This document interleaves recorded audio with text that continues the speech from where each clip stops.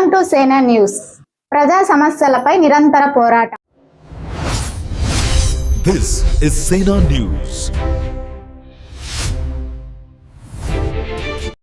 పరిశ్రమలన్నీ ఇక్కడ భూమి విలువ బంగారం కన్నా ఎక్కువ విలువన్నా నిజంగానే ఈ స్థలం ఇవ్వడానికి కూడా కొంతమంది రాజకీయం చేశారు. నిన్నటి వరకు కూడా పంచాయతీ నాకు కేశవన్నకి నరసింహన్నకి దీన్ని కూడా రాజకీయం చేసి దీన్ని ఆపాలని చూశారు.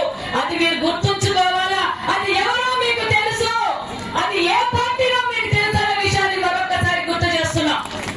అది ఏ పార్టీలో మీకు గుర్తు చేస్తున్నా. నేను చెప్పాల్సిన పనిలో 151 అని చెప్పి గాలిపోయిన పార్టీ వాళ్ళే ఈ యాదవ సంఘానికి కూడా స్థలం ఇవ్వకూడదని చెప్పి రాజకీయం చేశారన్న విషయాన్ని మీకు తెలియజేస్తున్నా.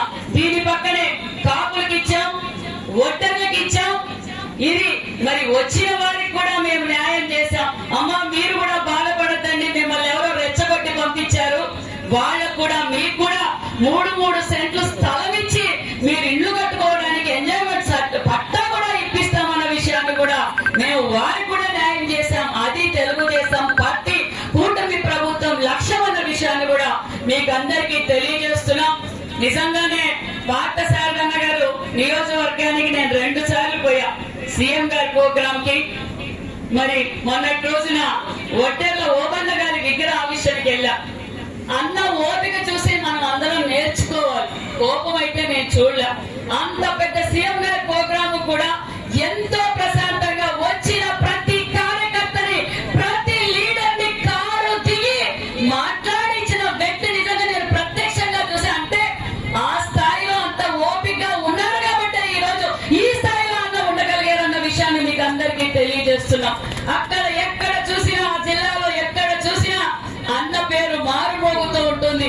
ఆయన సేవ దృఢం అన్ని విధాలుగా మారుమోగుతూ ఉంటుంది అన్న విషయాన్ని కూడా తెలియజేస్తున్నా. క్యాబినెట్ లో కూడా నిజంగా క్యాబినెట్ లో అన్న 4-5 విషయాలు మాట్లాడినప్పుడు అది బీసీల మీద ఉన్న బాధ్యత అన్న విషయాన్ని కూడా మీకు తెలియజేస్తున్నా. సార్ ఇలా కాదు సార్, మనం బీసీలకి ఇలా న్యాయం చేయాలి అని ఎప్పటికప్పుడు పాడి పరిశ్రమ గురించి కావచ్చు, మరి ఎవరు అన్ని కులాలు, బీసీలు, మైనార్టీలు, ఎస్సీలు అందరూ కలిసి అహిందాన్ని పెట్టి ఒక చైతన్యవంతం తీసుకురావడం జరిగింది. ఎక్కడ చూసినా అన్ని కులస్తులు కూడా అక్కడ కళ్యాణ మండపాలు, విద్యార్థి వసతి గృహాలు కట్టారు. నేను కూడా కర్ణాటకలో మెజెస్టిక్ లో కుర్మ కులస్తుల యొక్క హాస్టల్లో చదువుకున్నా. ఆ హాస్టల్ వెనకాల యాదవ సంఘం ఒక విద్యార్థి భవనం కూడా ఉంది. అంటే అక్కడ చైతన్యవంతులు అయ్యారు కాబట్టి అక్కడ స్పీడ్ గా బీసీలంతా కూడా ఎదుగుతున్నారు. దీనికి కారణం ఏమంటే నేను కూడా మా నాన్నప్పుడు దాన్ని కూడా బెంగళూరులో చదివించాను డిగ్రీ. కాబట్టి ఆ పరిస్థితులు కానీ అక్కడ ఉన్నటువంటి ఏం జరుగుతా ఉంది ఆ రాష్ట్రంలో అనేటువంటి ఒక కాన్సెప్ట్ నాకు కూడా ఆ రోజు ఆలోచింపజేసింది. తద్వారా నాకు కూడా తెలుగుదేశం పార్టీ అధికారంలో 83 తెలుగుదేశం పార్టీ ఆవిర్భవించిన తర్వాత ఆ ఎన్నికల్లోనే నేను 24 సంవత్సరాల కాలంలో డిగ్రీ అయిన తర్వాత 85లో జిల్లా మండల పార్టీ ప్రెసిడెంట్ గా ప్రస్థానంతో మొదలై జిల్లా పరిషత్ చైర్మన్ గా 2 సార్లు ఎమ్మెల్యేగా 2 సార్లు పార్లమెంట్ సభ్యుడిగా ప్రజలందరి యొక్క సహకారంతో, అందరి యొక్క సహకారంతో ఈ రోజు ఈ స్థాయికి వచ్చానంటే కారణం నేను కూడా చదువుకున్నా, అందరూ అభిమానించి ఆస్వాదించారని సందర్భంగా తెలియజేస్తున్నా. నేను ఒకటే, నా కాన్సెప్ట్ ఒకటే, సామాజిక న్యాయం. సమాజంలో ఉన్నటువంటి అట్టడుగు స్థాయిలో ఉన్నటువంటి సామాజిక వర్గాలు న్యాయం కావాలి, న్యాయం జరగాలి అనేటువంటి కాన్సెప్ట్ తోనే ముందుకు వెళ్ళడం జరుగుతాం. దీనికి కారణం ఒక్కటే, మనమంతా కూడా చైతన్యవంతులు కావాల్సినటువంటి అవసరం ఉంది. ముఖ్యంగా చదువుకోవాలి, డబ్బులు సంపాదించాలి, రాజకీయాలు చేయాలి. కానీ మన ఉద్ది చేతులతో ఏమి చేసేదానికి సాధ్యం కాదు. గ్రామీణ ప్రాంతాల్లో నేను చిన్నప్పుడు కూడా చూసా. ఆ కాలంలో ఎవరైతే బ్రాహ్మిన్స్ వాళ్ళు బాగా చదువుకున్నారు, చదువుకోవడం ద్వారానే వాళ్ళు ఐఏఎస్ కానీ ఐపీఎస్ కానీ రాజకీయ నాయకులు కానీ ఎదగడం జరిగింది. అదేవిధంగా మన ప్రాంతంలో కూడా చూస్తే రెడ్లు బ్రహ్మాండంగా సంపాదించారు, చదువుకున్నారు. కాబట్టి ఆ విధంగా వాళ్ళు అన్ని రంగాల్లో కూడా రాజకీయానికి ముందు వెళ్తున్నారు. ఈ రోజు చౌదరీస్ వాళ్ళు కూడా అంతే, బాగా డబ్బులు సంపాదించారు, చదువుకున్నారు, ఉద్యోగాలు విదేశాల్లో కూడా చేస్తున్నారు. కాబట్టి ఆ విధంగా వాళ్ళ ముందుకు వెళ్ళారంటే చదువుంటే సంస్కారం వస్తుంది, ఆర్థికంగా వస్తాక రాజకీయాలు చేయొచ్చు. అందుకోసమే మనం కూడా మారాల్సినటువంటి అవసరం ఉంది.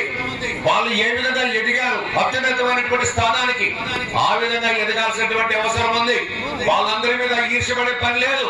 మనం కూడా ముఖ్యంగా మనం ఏదో గొర్రెలు కాస్తా ఉంటే అవే గొర్రెలు కాసేదిగా ఒకరు వ్యాపారం చేయాలి, ఇంకొక రంగంలో వెళ్ళాలి. ఆ విధంగా మీరు ఆయన ఉప్పు నీళ్ళు తాగుతా ఉంటే నువ్వు ఉప్పు నీళ్ళు తాగొద్దు, మంచి నీళ్ళు తాగేదానికి కూడా ప్రయత్నం చేయాల్సినటువంటి అవసరం ఉందని ఈ సందర్భంగా తెలియజేస్తారు. మారాల్సినటువంటి అవసరం ఉంది.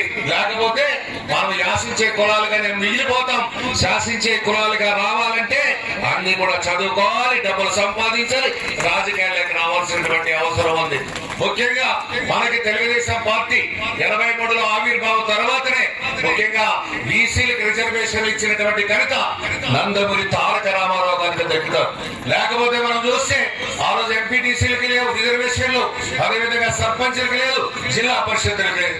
నేను ఒకటి చెప్తా, జిల్లా పరిషత్ హాల్లోకి వెళ్ళి చూడండి, 85 వరకు కూడా ఏ ఒక్క బీసీ కూడా జిల్లా పరిషత్ చైర్మన్ లేడని సందర్భంగా తెలియజేస్తున్నా.